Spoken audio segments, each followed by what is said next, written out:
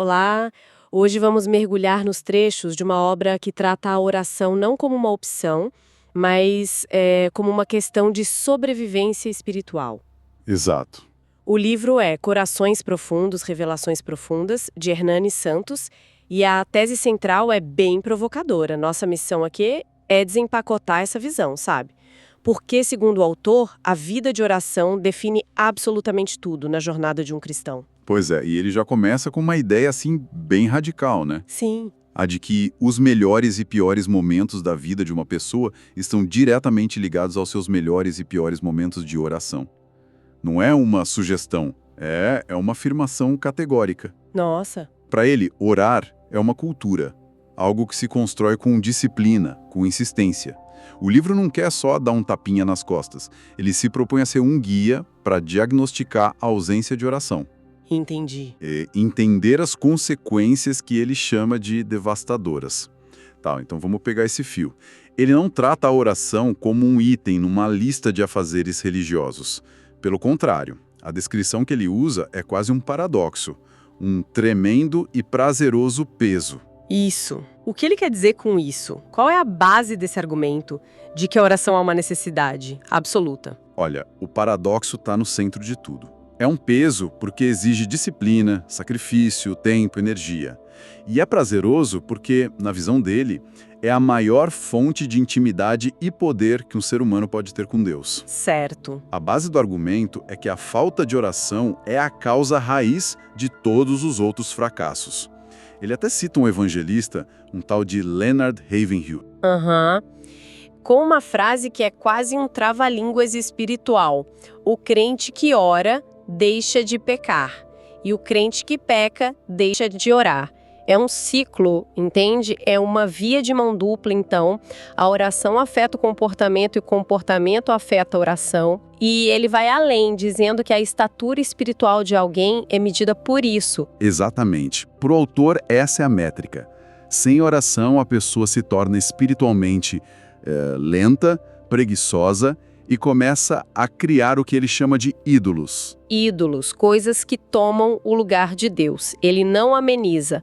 A falta de oração é um pecado grave que inicia um declínio em cascata. Começa no pessoal, afeta a família e, se a pessoa tem alguma função de liderança, destrói o ministério dela. Se é tão vital assim a ponto de ser a causa de todo o fracasso, a pergunta óbvia é: por que é tão difícil? Se a solução para tantos problemas está aí, por que as pessoas não a praticam? O livro entra nesse mérito. Sim, e essa é uma das partes mais práticas da obra. Ele dedica um capítulo inteiro para listar o que seriam os 5 grandes obstáculos. Certo. O primeiro, e talvez o mais duro, é o que ele chama de amor morno pelo Senhor. A analogia que ele usa é forte. Qual é? É como um noivo que sente preguiça de encontrar a noiva. Se não há desejo, o encontro não acontece. Nossa, essa é uma imagem poderosa. A falta de oração não seria um problema de agenda, mas de afeto, de desejo. E os outros motivos? O segundo é uma consequência direta do primeiro, a inversão de prioridades. A busca por segurança financeira, por prazer, até o tempo com a família, que são coisas boas, acabam se tornando mais urgentes do que o tempo com Deus.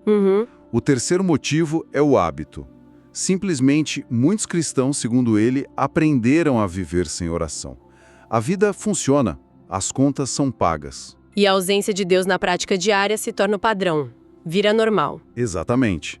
Isso é interessante, né? Não é uma crise, é uma normalização da ausência. E os 2 últimos? O quarto é a pura e simples descrença. A pessoa até ora, mas no fundo não acredita que Deus está ouvindo ou que vai responder. Isso gera um desânimo que mata a prática. Faz sentido. E o quinto, que eu achei muito perspicaz, é a ideia equivocada de que a oração fervorosa é um ministério de intercessão, algo para um grupo seleto de especialistas. Ah, sim, essa ideia é muito comum. A do guerreiro de intercessão, que fica trancado no quarto enquanto os outros fazem o trabalho na frente. O autor está tentando demolir essa separação. Completamente. Ele defende que a oração não é uma especialidade, é um ofício de todo cristão. É como respirar. Você não delega sua respiração para outra pessoa. Boa analogia. Para ele, essa ideia de que fulano ora por mim, é uma das desculpas mais perigosas para negligência pessoal. Ok, e é aqui que a discussão parece tomar um rumo fascinante. O autor conecta essa prática da oração a um resultado muito específico, uma palavra que é central no livro: unção. O que, na definição dele, é essa tal de unção. Olha, o fascinante aqui é a definição que ele oferece, porque foge totalmente do clichê. Para o autor, unção, na sua forma mais pura, é um crachá de autorização. Crachá de autorização. Essa é uma imagem quase corporativa, burocrática, para algo tão espiritual. O que essa escolha de palavras nos diz? Exato. Parece que o autor quer tirar o foco do carisma pessoal e colocar numa permissão oficial de Deus. É isso. Exatamente isso. Ele está deliberadamente desmistificando a ideia de que a unção é sobre ter uma personalidade magnética, ser um grande orador, ou sei lá, sentir um arrepio. Em muitos círculos, unção está ligada a uma emoção. O autor faz uma distinção radical. Não é sentimento, é autoridade. O crachá não é seu, você não fabricou, ele foi concedido. E como se consegue? A única forma de obtê-lo, segundo o autor, é no back-office da oração, longe dos olhos do público. Espere um pouco. Ele diz que uma geração de pregadores sem unção é responsável por uma geração de pecadores. Isso é uma acusação pesadíssima. É a tese dele.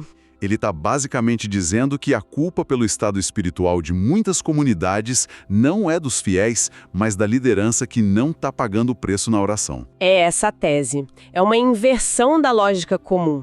A responsabilidade é colocada sobre quem deveria ter a autorização divina, mas opera só com um talento humano. Entendi. Ele distingue o profissional do ungido.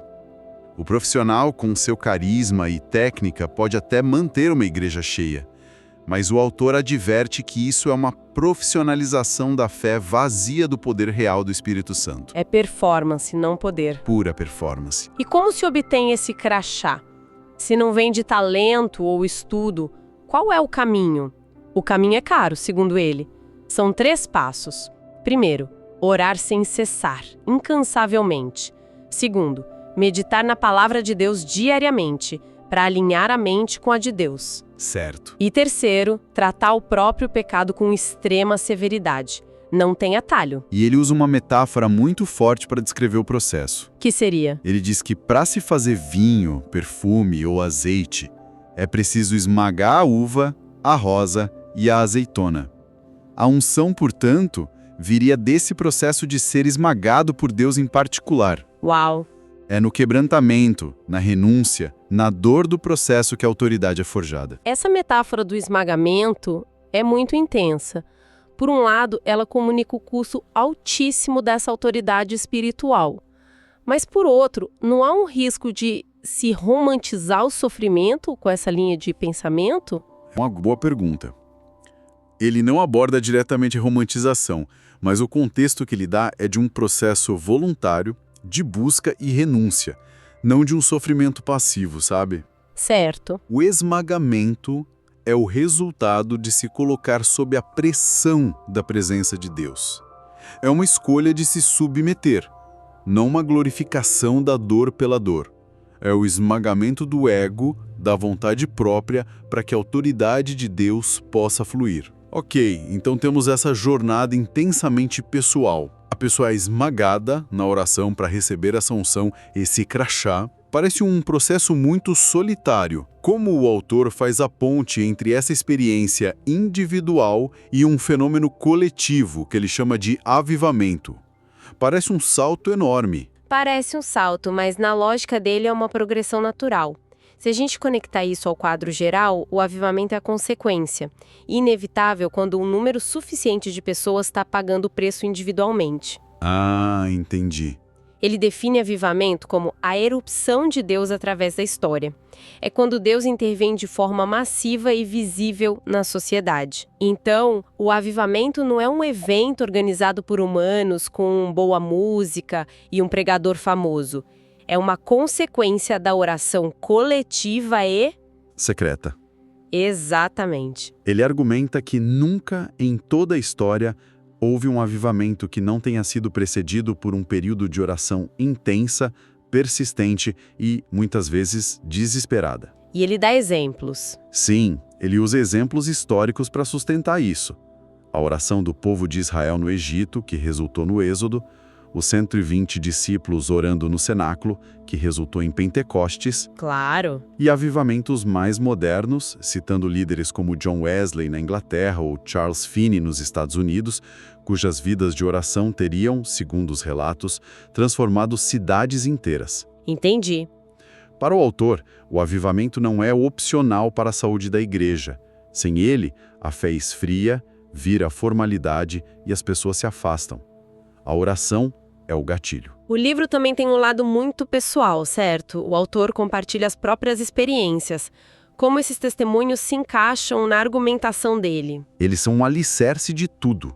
Ele descreve o que chama de lugar da oração como o lugar da visão e da revelação. E isso vem de uma história de vida extremamente dura. Como assim? Ele conta que foi abandonado pelos pais, chegou a morar numa caixa de papelão na rodoviária. Foi nesse abandono total, nesse fundo do poço, que ele alega ter tido suas primeiras experiências diretas, suas primeiras visitas do Senhor. Então, para ele, não é uma teoria que ele leu em livros, é uma realidade que ele viveu na pele. A convicção dele vem dessa experiência de que a oração, especialmente em momentos de desespero, abre um portal para o sobrenatural. Precisamente. Essas experiências formaram a convicção de que a oração constante e fervorosa cria um canal para revelações, visões e o que ele descreveria como milagres. É por isso que a linguagem dele é tão apaixonada e intransigente. Ele não está apresentando uma hipótese, ele está descrevendo o mecanismo que, na visão dele, salvou sua vida. Então, o que tudo isso significa? Ao juntar todas essas peças dos trechos do livro, a imagem que se forma de que a oração não é um acessório da vida cristã. É um motor central. Isso. É a usina de força. A usina que gera a autoridade pessoal, que ele chama de unção, e que, em escala, dispara o avivamento coletivo. Isso mesmo. A obra de Hernani Santos desenha uma linha muito clara de causa e efeito. A ausência de oração leva inevitavelmente ao declínio, à fraqueza, ao pecado. Por outro lado, uma vida de oração disciplinada resulta em intimidade, poder e, no limite, a capacidade de impactar a sociedade. É uma visão que eleva a oração de um simples dever para a prioridade máxima e inegociável da vida. Totalmente. E uma das frases finais que se destaca é que a oração verdadeira é uma posição do espírito e não do corpo, e que o que importa é um coração que Deus ouve, não apenas palavras bem formuladas. Isso nos deixa com uma reflexão interessante. Se a oração transcende palavras e posturas, o que constitui então o silêncio de um coração que ora sem cessar? Como seria a aparência dessa comunicação contínua no dia a dia, para além dos momentos de devoção formal?